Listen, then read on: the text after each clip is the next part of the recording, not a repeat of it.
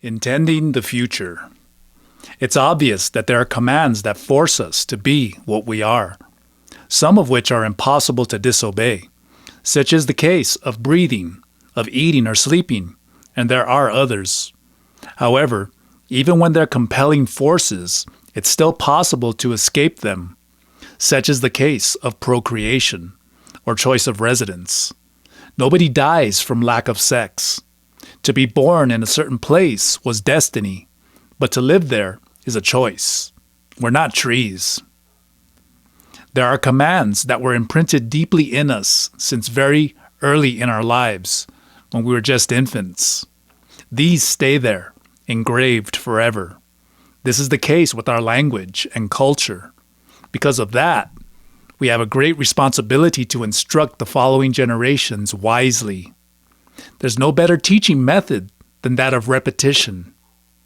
The manner of counteracting negative or undesirable commands is by applying the same method. Sorcerers know that the commands are orders that cannot be disobeyed, but they trust in the approval of the infinite of accepting substitute commands.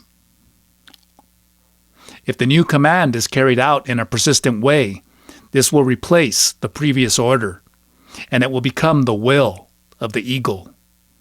Through repetition, with time and practice, the warrior learns how to establish commands that are more favorable to his interests and will be heard by the spirit. To mold the intent of the future, one can forge it, think it, desire it, or make offerings so that it comes true. You can even write it for yourself. What you can't do, in any case, is to disclose it. When you comment to others on your intent, it gets diluted, and you're left with nothing. It's very true that when following the signs, one can foresee that things will happen in a certain way, in such a way that when understanding the ways of intent, one can venture to create commands to establish a predetermined future. Most of the time, it's very easy to foresee the immediate result. If you throw a stone in the air, it will surely fall back. It logically follows that it's possible to foresee the future with a high degree of certainty. Sorcerers use their intelligence to design strategies so that they can achieve their objectives. It's good to keep in mind that despite the use of sorcery, one never knows exactly how things will happen, since there are too many variables. Therefore, you need to be flexible in face of exceptions. We have to recognize that we're immersed in mystery, and the details take form in the moment. Taking advantage of this knowledge, the warrior, instead of giving in to futile whims, intends a future to advance in his path that is almost never one of luxuries and wealth. "I never said that it's bad to have money," he said, in reply to a comment I'd made. "The bad thing is that once you enter the game, it's very difficult to shake off the addiction to the power of controlling other people's lives. And one ends up too busy counting their money like a lunatic, without time for anything else. Only with the sobriety that time affords us can the warrior acquire the experience and necessary wisdom to make the correct decisions. Because of that, for the warrior there is only one possible choice: impeccability. Any other option would reduce his power and drive him to his death." The mastery of intent. Most sorcerers don't even try to put into words the enormous arsenal of knowledge that they possess. They consider it a waste of time, because once silent knowledge is reached, one knows all that he needs to know, directly, without the necessity of verbalizing. However, for others, the rational understanding is of great importance. From it comes the debt that we have to Carlos, for when he, acting not only as a social scientist, but also as a truly impeccable warrior, generously shared his discoveries. It doesn't matter what you call it. All we agree that there are forces that affect our lives in one way or another. Some call it coincidence, luck, destiny, or even God. But warriors know that it's about intent. Therefore, nothing is coincidental. Intent makes up absolutely everything that exists. It affects humans and everything else in ways that are incomprehensible for the mind. The seers have discovered that since everything that exists is part of the same thing, it's possible to establish contact with that force. To do that, it's necessary to develop a genuine interest, perhaps similar to the interest that a man has when he resolves to conquer a woman. Intent is like a muscle that can be exercised until you give it the desired form. To achieve this, you must be disciplined, and you should begin cleaning and putting daily matters in order until there are no more loose ends. Having done that, no matter what you're doing, you'll always be focused on the present moment. To manage intent, you should flow with it. Once you are able to vibrate with it at the same frequency, the connection is made. Being connected means vibrating harmoniously with the spirit. The mastery of intent is only reached when the personal will is tuned well enough to make the internal emanations coincide with the cosmic emanations, so that what's inside and what's outside vibrate at the same frequency. It's necessary to note that there's a specific frequency for each one individually, so it's complicated to explain. Warriors vibrate in that way for brief periods.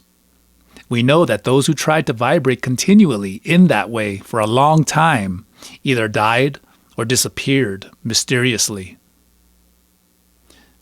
To be able to understand how intent interacts with people, first, it's necessary to understand the ways that it reaches us. The most common way is when people simply cross its path. This is blind intent. Suddenly they're caught up in plots, due to which they have no control over what happens to them. We give continuity to the world by paying attention to it. This is how we maintain our everyday reality. People are intertwined in a tight social fabric where there's no space for anything new. For that reason, the warrior intentionally sets himself apart, avoiding all possible superfluous interactions. Only in that way can he get enough time to carry out his work. Only the warriors cultivate in a deliberate way a connection with that force. By learning how to control themselves, the warriors learn how to control power. This opens for them a greater possibility to control what surrounds them. Only the supreme warriors are able to merge with intent. They become one with power. That's when they can finally do anything they want. But from then on, they no longer have any human desires left in them. So instead of using their gifts to affect their fellow men, most of the time, an impeccable warrior doesn't do anything, simply because he feels complete within himself. For some reason, or perhaps for no reason at all, sometimes the spirit allows itself to be noticed, and its presence feels like a wave of power that envelops everyone in the surrounding area.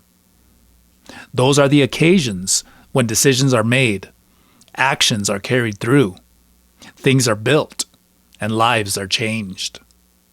While the spirit is present, a special vibration is felt that fills everybody with its power. The intervention of intent happens in a continuous and apparently disordered way. It's like a gigantic wave that comes and catches everybody in its crest in different ways. It affects all those who are in its path, and then it makes people confront, as well as they can, the chains of events that unfold as a consequence of its passing. For the warrior, to realize how intent moves is a matter of life or death. So he begins to investigate and to experience. He uses all available resources to clean his connecting link with that mysterious force of which we're all a part. Part 5. Conversations with Don Berna. Introduction. During my investigations about intent, I interviewed all the partners who would allow me to. I was aware that my journalistic techniques were not particularly pleasing to everybody. When I asked Doña Silvia, she responded, "Luckily for us women, we care very little about words. Isn't that funny? We're supposed to be the chatterboxes, aren't we? Intent is like the sun. It's so much better to experience it than to speak about it, since anything you can say about it is insufficient and unnecessary." I thought that with this, she'd already said everything she had to say. But soon after that, she made a strange movement with her hips, and suddenly I was invaded by a peculiar sensation, as if I'd been exposed to an oven that irradiated a wave of something that, for lack of a better way of describing it, I would call a dry heat that bristled my hair, maybe comparable to those scientific experiments with electromagnetic devices. She told me, "What you just felt was an aspect of the spirit. How can you explain that in words to someone who has never experienced it?" She was completely right. It was something that I didn't know how to describe. And even if I tried to explain it to somebody who had never experienced it, it would be impossible to understand. Months after having been introduced to Don Berna, I went through a strange period that would be hard to describe. I had a strange feeling of discomfort. It was obvious that Don Melcher didn't like to talk about him. One day, I mustered up my courage and expressed to him my desire to see Don Berna again. Now that I think about it, he never told me that I shouldn't go. Perhaps it was just his severe tone when he said, "The compadre doesn't like to be interrupted in his chores." That left me with the feeling that he didn't approve of me going to see him. In fact, it seemed that there was some kind of dispute between them. So for a long time I kept pondering it, under that false impression that I should not go. However, to my recollection, Don Berna had been extremely kind with me, even inviting me to go visit him whenever I wanted. So one day, without telling anybody, I slipped away and went to his house. From then on, I visited him several times. However, for some reason, I felt guilty for not talking to the others about my visits. The truth is that, even though I had a good relationship with all the partners, it was Don Berna who pleased me most. He taught me performance art, and he showed me how I could use that art, not only to make money, but also to advance in the path. For me, it was a pleasure to chat with him. He had the erudition of a university professor and the simplicity of a peasant. Between us, there were no formalities. With him, I could talk about anything. There was something easy in his personality. However, in spite of our good relationship, I rarely visited him because he didn't live in the same town as the other compadritos. Rather, he had a house on the outskirts of the city of Eternal Spring. I remember that on one occasion, I asked permission from Don Melcher to record the lessons so that I could hear them again and reflect on his words. He refused brusquely, saying that it would only make me lazier than I already was. He argued that forcing myself to remember would help my memory. I didn't agree because I had to dedicate long hours just to reconstructing the conversations. However, I had to accept his negative response. When I made the same request to Don Berna, he seemed to doubt it for a second. He closed his eyes in a strange way, and when he opened them again, he said, "Why not? The only condition is that it's exclusively for your personal use. Please don't share it with others." I agreed to his conditions and felt very happy. I assured him that I would erase it afterwards. I took the tape recorder out of my backpack with its black leather case. I turned it on and left it strategically in a corner. Soon we forgot that it was there. We ate, we laughed, and we talked about trivial things. He was a great expert on Carlos's work.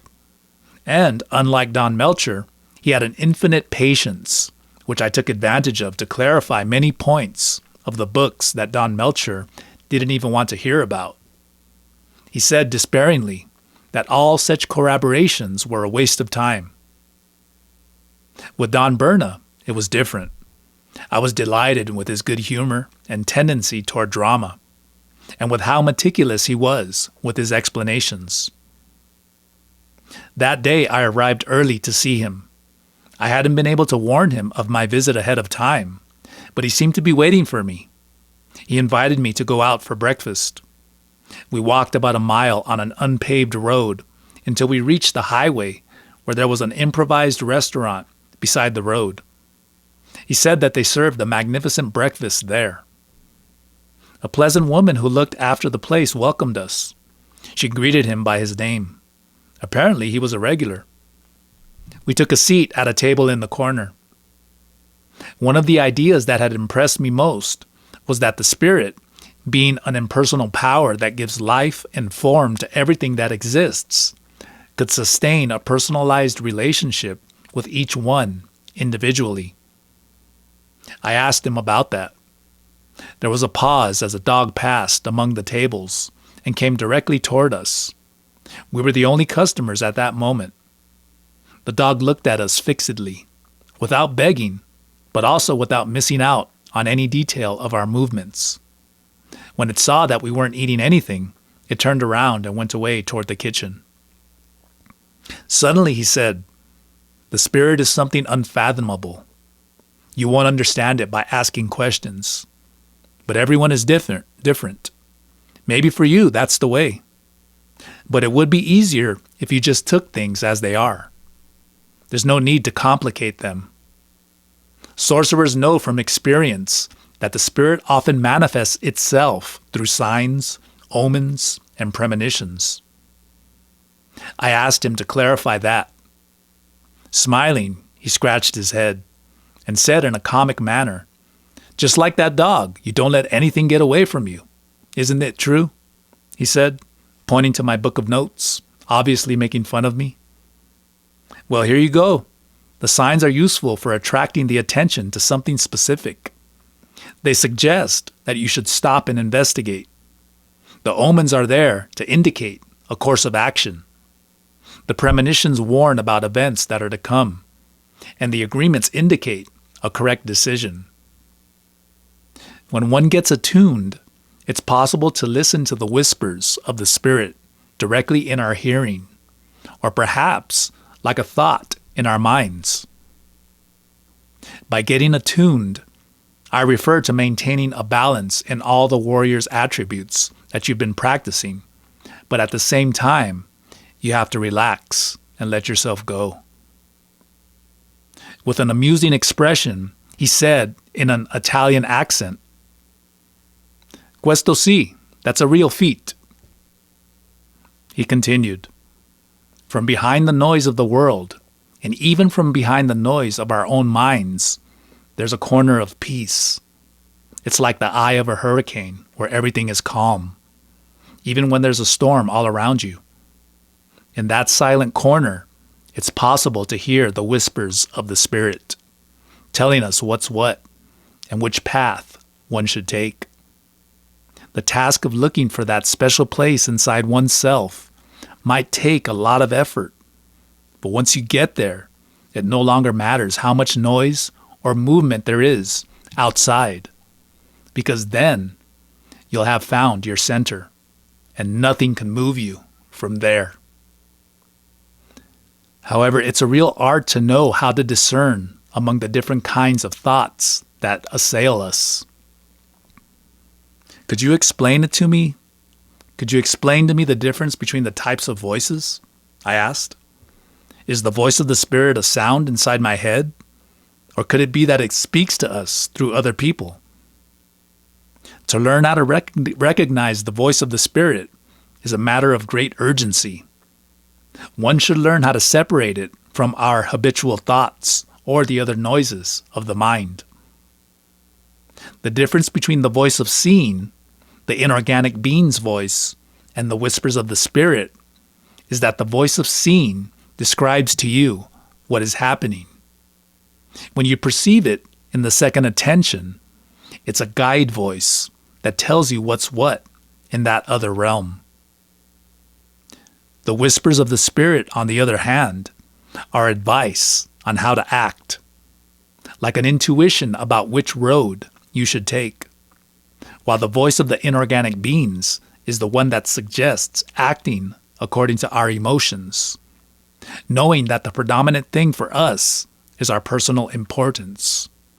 For that reason, it's crucial to avoid making decisions based on emotions. It's necessary to realize the difference, which is that when the Spirit speaks, there's always a certainty felt in the gut that things should be that way. Doubts only arise if we give our mind room to interpret. To hear it, it's necessary to pay attention because the Spirit speaks in a very low voice, an almost imperceptible whisper.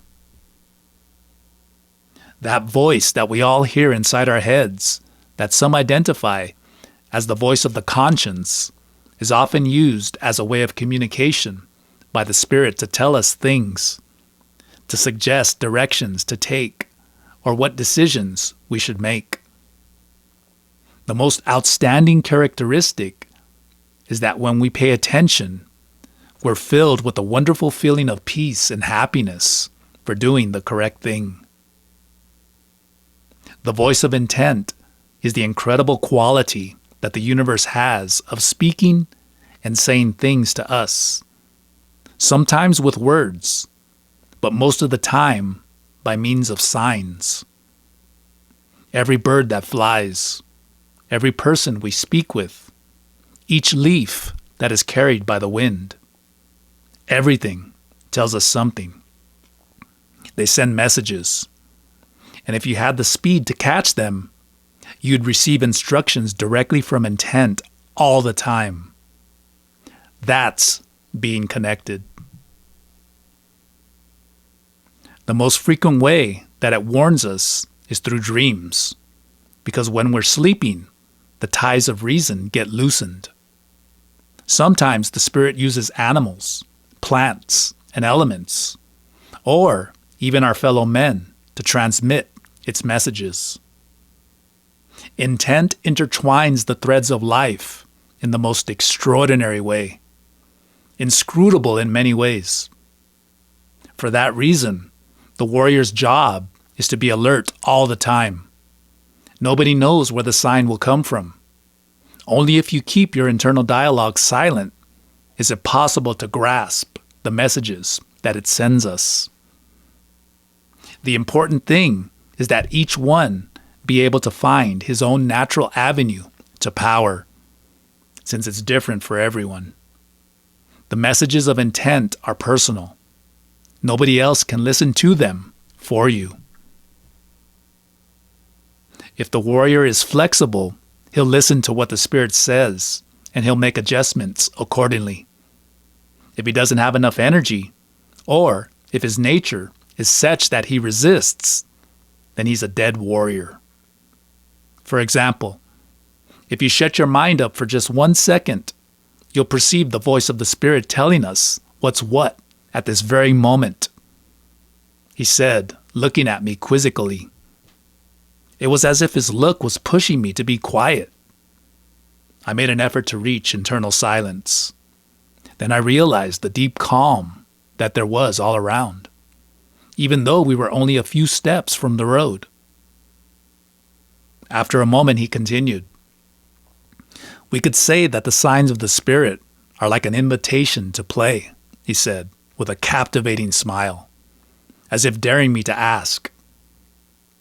In my academic training, I learned how to take notes of key ideas that demanded a bigger explanation, So I wrote in my notebook, invitation to play, followed by a question mark.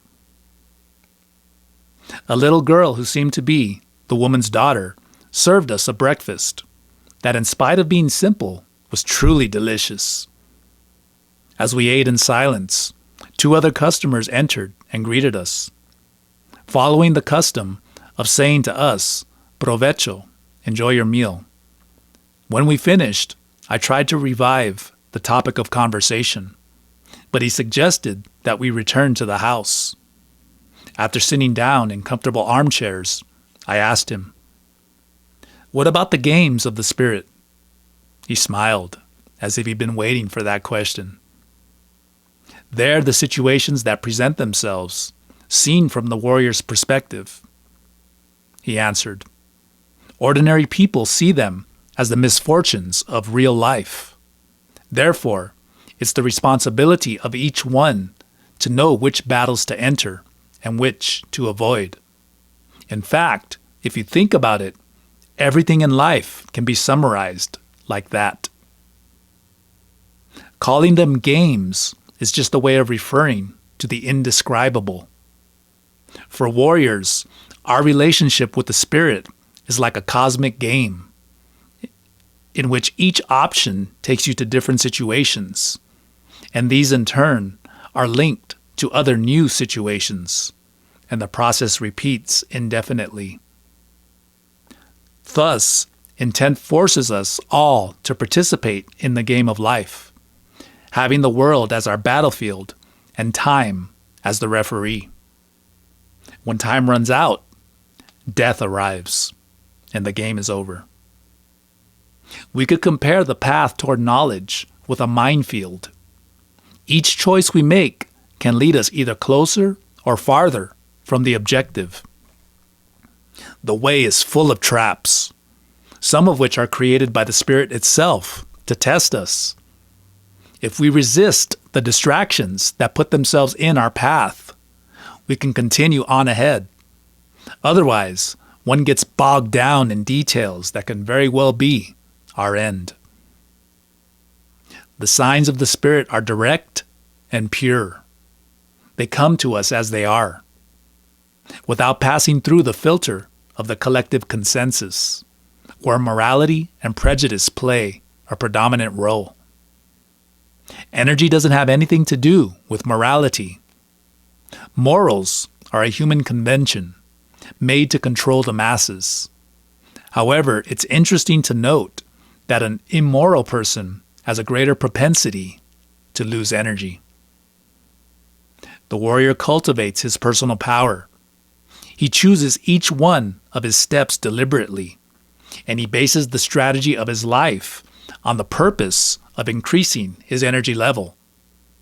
That, in turn, enables him even more to follow the direction that the Spirit has pointed out to him, even if sometimes those steps take him in a direction contrary to what common sense dictates.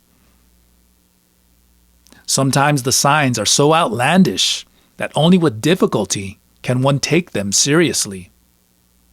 However, whether one pays attention to them or not, one way or another, they ultimately cause their inevitable effect. If you ignore the signs, you generally end up getting into situations that you're sorry for. But on the other hand, if you're attentive to the signs of the Spirit, regardless of how absurd they may seem, in the end, everything fits in its place in a very harmonious way.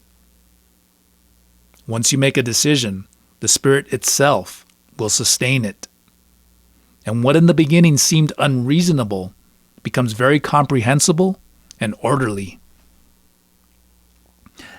Having the strength to pay attention to those signs and also accepting being guided by them is decisive for the warrior, because for lack of reasons showing him how to proceed, he doesn't have any option other than learning how to trust in the Spirit. An impeccable warrior is in harmony with his environment. He always stays attentive to the signs because he knows that these signs don't come from any social or religious code, but directly from the Spirit. At that time, due to my philosophical preconceptions, it was very difficult for me to accept the idea that a supreme force controlled human destiny. I believed that all that happens to us is a product of our actions. It's true that sometimes maybe we don't understand the nexus that unites a result with its cause, because it can be hidden in some dark corner of the subconscious mind, or maybe in some distant past when we didn't even have the parameters to properly discern things. But I maintained firmly that everything is causal. I told Don Berna about my ponderings. I wanted to corroborate his impressions on this matter. He said that he cared very little about the destiny of humanity, and that the only important thing was our individual destiny as luminous beings. But that, going around trying to save others like our cuate, buddy, did, he said, pointing to one of Carlos's books, is something that's definitely not in my plans. He told me about how the Nahual Juan Mates had warned Carlitos about the danger of putting himself within reach of the masses. He told him that he should be satisfied with his books, and that he should avoid being exposed by going around giving conferences. But did he pay attention? When you deal with people, you collapse in a sea of interactions from which it's very difficult to disengage. The masses, for sure, can generate energy, but it also pulls on you. It corrupts you. If you're famous and admired by others, it's very easy to fall prey to personal importance. How can one defeat personal importance? Easy, by not giving it importance, he said, and kept looking at me, making a clownish face. But I knew immediately that with his performance, he was teaching me something vital. Avoid falling into stereotypes. Be simple, natural, and authentic. Remember that in the face of imminent death, nobody is any more or less important than anybody else.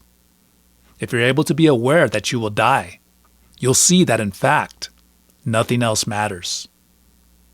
If someday people come to an awakening, that will be a natural process, a flowing of energy, and not a crusade to evangelize the ignorant. I asked him if, in his opinion, there was any hope for ordinary people. That's between the Spirit and each one individually, he answered, with a tone of finality, but added, when pledging one's word, as people do, it becomes very difficult to escape from inside the fence that they themselves created. For modern man, who's wrapped up in the matters of the daily world, the best thing is to get informed about the possibilities that the sorcerers have discovered. They could understand the concepts and apply them in their lives. I don't know any other way. I'm sure the techniques of the path of the warrior are good for everyone. But as the Indians say, you'll never know until you try. By following the signs, the warrior realizes that fantastic things happen in his life, things that he never imagined, and that they constitute extraordinarily good luck. Suddenly I believed that following the signs was a recipe for attracting good luck. I asked him, could winning the lottery be considered the result of attending the signs of the Spirit? He looked at me impatiently. It's not that kind of luck. When a man allows chance to rule his life, he throws his life to chance and becomes like a leaf in the wind, usually with disastrous results. Winning a prize or receiving an inheritance can be as bad as losing a part of your body. Such a fact can produce an abrupt paralysis in the flow of energy. Something like that can affect one's luminosity in such a way that from then on, it becomes almost impossible to even dream of freedom. like what happened in the story of the shoemaker. He wasn't rich. He had a simple but quiet, happy life with his family. One day he won a prize in a raffle. After that, he stopped working and he became addicted to gaming. He replaced his friends, abandoned his family, and eventually drank up all his fortune. He fell into misery and ended up living on the street. Finally, he got a job as a clerk in the shoe store because it was the only thing he knew how to do. The warrior's luck doesn't depend on chance. Rather, it's another kind of luck.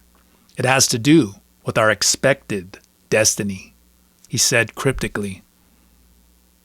I must have looked bewildered because the whole matter seemed too complicated for me. He seemed to understand. He remained silent for a moment, as if allowing me to reflect. In fact, it surprised me that he had spoken in such terms. So I requested that he clear up the confusion. Do you mean that we have a fixed destiny? Common men indeed are all subject to fate. There's no escaping it. But as warriors, there are new and exciting possibilities. The signs of the spirit are indications that they won't be touched by death. That's what I call true good luck, not the illusory wealth and useless accumulations of material trinkets. How much do you think a rich man would be willing to pay to escape from his deathbed? I remained silent. The answer was obvious. To one question that I'd asked, he replied, as you know, in the same way that life and death are a personal matter, the fight for the freedom is also unique for each one. There's no way of referring directly to that because it means breaking through the limitations of common men. For a sorcerer, not being compelled to the unavoidable is great luck. The warrior starts with a myth, something little more than words. Then he reaches a supreme level of commitment that some would call faith. But in fact, it's much more than that. It's a level of understanding, a mental state that takes possession of him, what sorcerers call inflexible intent. Starting from there, the warrior reaches such a high level of realization that he literally walks on a metaphoric bridge of his own creation. And for as long as his power lasts, he'll be able to keep walking, maybe forever. You better not confuse it. We speak of luck because it's the tradition of our lineage, not because the term accurately describes what happens. Other shamans call it reward. But this is even more misleading because it induces us to think of it as a kind of recompense for our deeds. Maybe a more appropriate term could be grace, because it's a mysterious gift, granted unconditionally, that for some or any reason the Spirit grants us. We're all subjected to a fixed destiny. That's the direct cause of our inheritance as human beings. And notice that I'm not saying consequence, but cause. We reason the other way around. We've been taught that the cause precedes the effect, and we've ended up believing it. Sorcerers know that's not how it is. They know that there's nothing certain in the passing of time. The old Toltecs confirmed that we live in an eternal present. That means that the passing of the time is just an interpretation that we make. The pressure that the emanations exert on our memory is what creates the sensation of continuity, in which reality is perceived as a continuous flow. We pass from one act to another, carrying the bundle of the past that defines us. This is what creates the sense of linear passing of time. When one event ends, a new one begins. when that illusion dissolves, suddenly, wow, we understand that everything is happening simultaneously in the infinite. He exclaimed, gesturing with his hands in an amusing caricature of Carlos, a perfect imitation.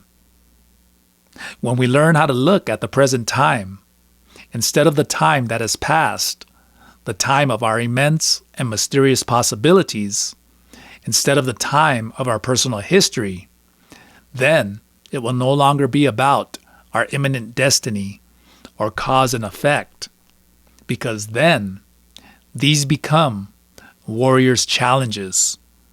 It depends on us to either convert our actions into mere excuses or bravely face the challenges that we're presented with. They prepared us for our destiny the same way they prepare cattle that meekly form a line on their way to the slaughterhouse. This is undoubtedly the most important matter for humans. Nevertheless, everybody avoids talking about it or even thinking about it. Some may dedicate a few minutes every year to visiting their dead ancestors, but they avoid thinking about that reality. In fact, nobody believes that tomorrow they'll be there, buried, together with their deceased loved ones. Others cynically make jokes about it, as if the lack of respect will liberate them from the destiny that awaits them. But when the hour of the death arrives, for sure, they'll no longer be joking. If we observe, we'll see that they even divide the time of life into cycles: birth, childhood, youth, old age, and death. That description is accepted in an implicit way, without ever even questioning it or meditating on its meaning. And so, that inexorable destiny has become a dictator. It has passed from being a consequence to establishing a pattern, to finally being the cause. And that's why we live as we live. That's the most deplorable condition that can be imposed upon a conscious species. In other traditions, they call that karma, retribution, or cause and effect. But for the shamans, it's nothing more than stupidity. If we were allowed to choose, surely every sane person in this world would choose to escape from the end that awaits us. Don't you think so? If it is this way, then why keep pretending that nothing is happening? Why not face our imminent destiny, and in this way discover the incredible possibilities that are hidden from us? Why not? A man is only timid when he believes that he'll live forever. I struggled to find an answer, but my internal dialogue was paralyzed. He continued, just like everything else in life, our personal and common destiny is a product of the position of the assemblage point. Our beliefs constitute our reality to such a point that people become prisoners of their beliefs. Everything we are was taught to us somehow. As a person's participation in social life progresses, he is being molded and defined in a way that over time is solidified, and it begins to pull, to drag the individual in a certain direction. To get out of this is almost impossible, and for this reason, it's considered a warrior's feat, which we refer to as giving a turn to one's life. So another way of describing the imminent destiny is affirming that the world of causes and effects in which we live is a product of the specific position in which the assemblage point stays anchored. The fixation in a common position certainly allows us to participate in a very solid collective consensus so that our lives gain stability and become more secure. But when that goes beyond its practical objective, people end up believing in its exclusivity as something unique. They convert the perceived results into a dogma of a real world. It's then that society begins to learn more and begins to lean more and more towards the side of insanity. Don Berna, how would you define madness? He answered, for sorcerers, madness is the obsessive fixation of the assemblage point in a position different from what is commonly accepted. Because of this, they show stereotyped attitudes that disconcert other people. Doctors associate it with memory lapses, such as losing the sense of reality that we all share. The problem with these people is that they've moved their assemblage point, and they already can't return to the usual position. Because of that, they become absent-minded. They start to talk to themselves, and it takes possession of them. Such a feeling of self-absorption overcomes them that it makes them embody historical characters with extraordinary missions to fulfill or become victims of some conspiracy. An insane person is no more and no less than the obsessive fixation of the assemblage point that freezes in a certain routine, and he is no longer able to move out of it. The fellow clings to a context and will let it go, even if it's killing him. Most of the time, those deviations happen as a result of self-pity and surrendering to whims, so that they become obsessions of the mind. However, this can also happen due to physical traumas, in which, due to some accident, the assemblage point moves, and it's no longer able to return to its habitual position. In those cases, either the fellow is totally lost, or he has already started his trip to the unknown. Take, for example, a fellow that suffered an accident that left him with amnesia and speaking incoherencies. He has difficulties with motor control. In fact, he's declared insane by the doctors. In his babblings, he says that he sees a tunnel, and by any means he wants to go inside it. He has already harmed himself trying to enter his imaginary tunnel. So, to avoid any further injury, they put him in a padded, isolated room, locking him in with a door that can only be opened from the outside. They shouldn't have been surprised then when they opened the door and found that there was nobody there. The crazy one had vanished, never to be found again.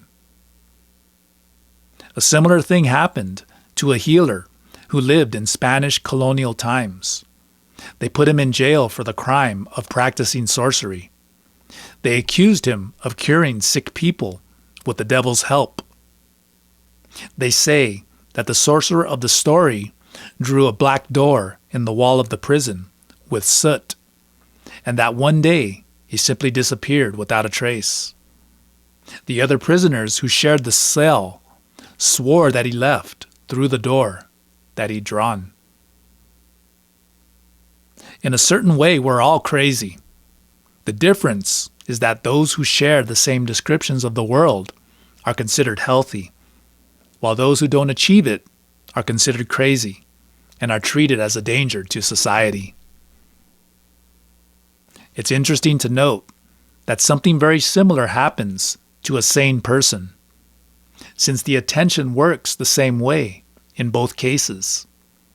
The difference is that the sane ones have learned how to take a break from the rigidity of their attention. They succeed in distracting the mind with their daily activities. All that generates a protective shield that provides them a moment of relief. This is how one keeps their sanity. The opposite of attention is distraction. The first requires a considerable effort, as one has to focus the interest in something specific, without deviating their attention for a certain period of time. The longer one is able to maintain concentration, the more attention he has. The distraction, on the other hand, is a necessary break that should be given to the attention. Knowing how to strike the appropriate balance between the two is the secret of mental health. One experience that everybody has probably had on one occasion is when a song gets stuck in their mind, and it seems like there's nothing they can do to stop it. For many, it's just an annoying sensation that goes away after a few hours, as opposed to those who, like playing a broken record, can't get themselves out of the loop that they've entered. When somebody spends a long time without taking a break from the rigidity of their attention, a moment comes when he is no longer able to maintain consensus reality, and the world crumbles. Thus, we feel the pressing need to sleep every night. The lack of suspension of mental activity can cause serious flaws in performance, and it can even generate a behavioral crisis in which the fellow loses control and acts without taking into consideration the damage that he can cause to himself or others. Surprisingly, in the practices of warriors, when they're trying to stop the world, they want to reach that same state. But in this case, there's a purpose behind it. A warrior knows what he's doing. He never loses his sanity because he's deliberately looking for those results. He knows that when the internal dialogue ceases, the world disintegrates, but he stays in control. He could be seeing the devil himself without letting anybody notice it. Any loss of control over oneself, be it total or partial, could be defined as a kind of madness. So, when ceding the control of our decisions in order to adjust to social norms, this brings us closer and closer to that state. It's not that strange, therefore, that in modern society, where the social coercion over the individual has reached prodigious levels, personality disorders are growing proportionately. Those disorders that have already become widespread generate more and more pressure, involving everybody in activities that, viewed objectively, are acts of collective madness. It's a vicious circle, difficult to break. This happens when we allow intersubjectivity to interweave our perception of the world.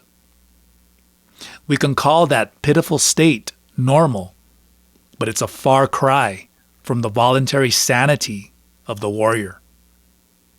For sorcerers, the human race is made up of individuals of various degrees of madness. According to this criterion, the more someone adjusts to the collective description, the crazier he is. Under these conditions, there is a natural thriving of the phenomenon of intersubjectivity, the property that humans have of building a consensus reality above the world of the senses. When a person doesn't agree with others about what he perceives, they say that he's hallucinating. And when the whole society hallucinates at the same time, they call it the real world. Our reality exists because it's interconnected by the natural magnetism of the assemblage point. We weave an enormous net of agreements, so the functioning of the senses is no longer normal. Instead of using them to perceive the world as it is, we use them to build a world of objects and meanings that are a concentration of the collective description. We're connected by our agreements. We model and remodel them. but we never break them. The force of those agreements is such that we all meet daily at the same position of the assemblage point, as if it was the only possible option. Is there some way of breaking up the knots of those agreements? I asked him. Yes, he answered. The key to the intersubjectivity is the syntax. When confusing the symbol with the reality, society ends up trying to make things and the relationships among them behave in the same way as the words that describe them. If by some chance they stray outside the fence of the syntax, people get scared. They censor their memories, and they even seek out psychological therapy. The fixing of the assemblage point is intimately related with the syntax, in such a way that the appropriate sequence of words can transform that rigidity into fluidity. This is what doctors of the mind do to help their patients. The trick of the sorcerers is that they rechannel the language. The thing that keeps people enslaved is the agreements. In a certain way, we're all voluntary slaves of the agreements that have been assumed. I interrupted him. But if the agreements are what has allowed the human race to build cultures and civilizations, I observed critically. Right. I never said that the fixation of the assemblage point was an error.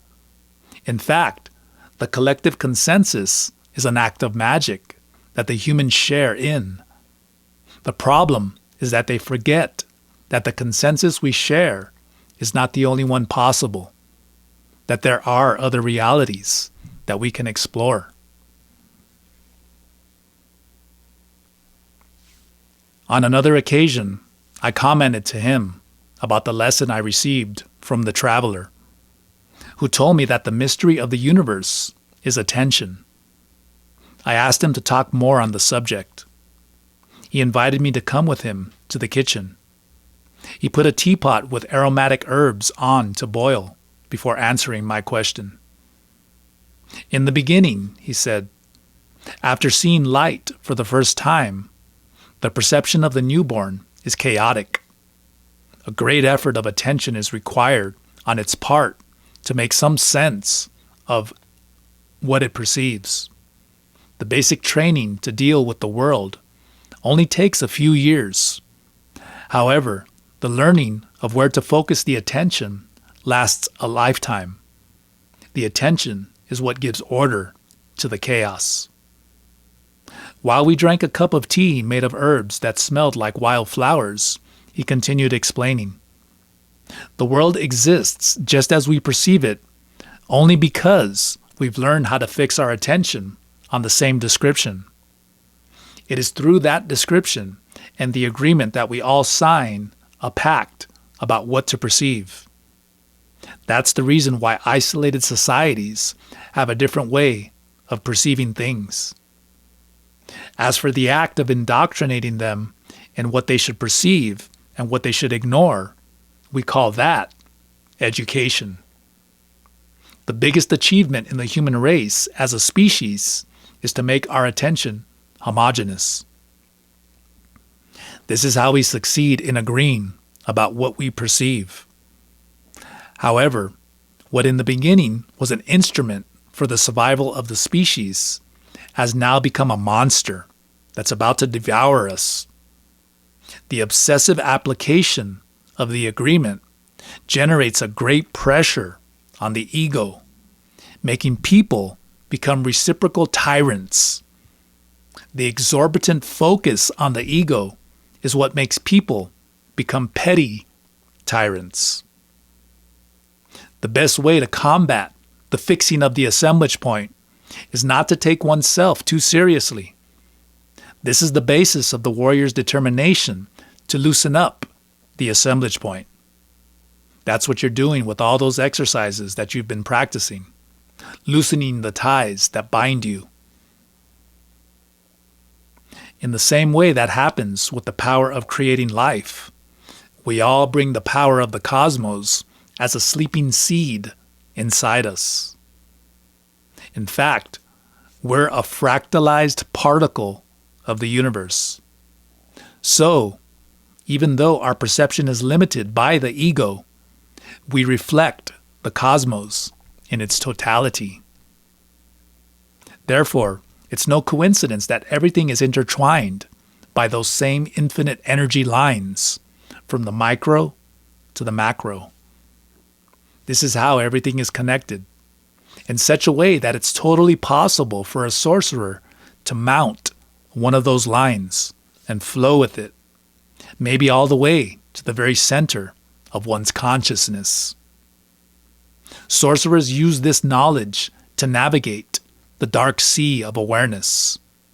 One line leads to another, and so forth, in a journey without end. Don Berna, what do you think about the theory of the Big Bang? After the usual jokes, he said, "It's comical to see how they're searching for life in space when it's everywhere. Life is inherent to the cosmos. The unknown is right here, even inside us. The source of the mistake is that the scientists cling to a definition of life as something exclusive of the organic kingdom, when the whole universe is life itself. It's not possible to understand fully what is out there. However, our nature is such that it forces us to interpret. The universe properly should be called the duoverse, since it's composed of two eternal forces, a luminous one and a dark one, which combined form everything that exists. We see evidence of it every day in the differences that exist between the masculine and feminine. I know very well that this doesn't explain it, but our tradition says that in the beginning, those two eternal forces floated in the nothingness, existing without time or dimension. When they collided, those forces became only one. Then it expanded exponentially, in the same way that a fertilized egg grows and evolves. From that duality originated the rule of the Nawal and all the other laws. The universe is an enormous conscious being that perceives everything at the same time, but in a fragmented way. Each living being is a window of perception. We, the conscious beings, are those windows. It's interesting to notice that wherever there is awareness, the tendency is for one to assimilate to the other. This doesn't just happen on the physical plane, where the strongest devour the weakest, but the battle extends to all levels. It seems that the final goal is the reunification of awareness.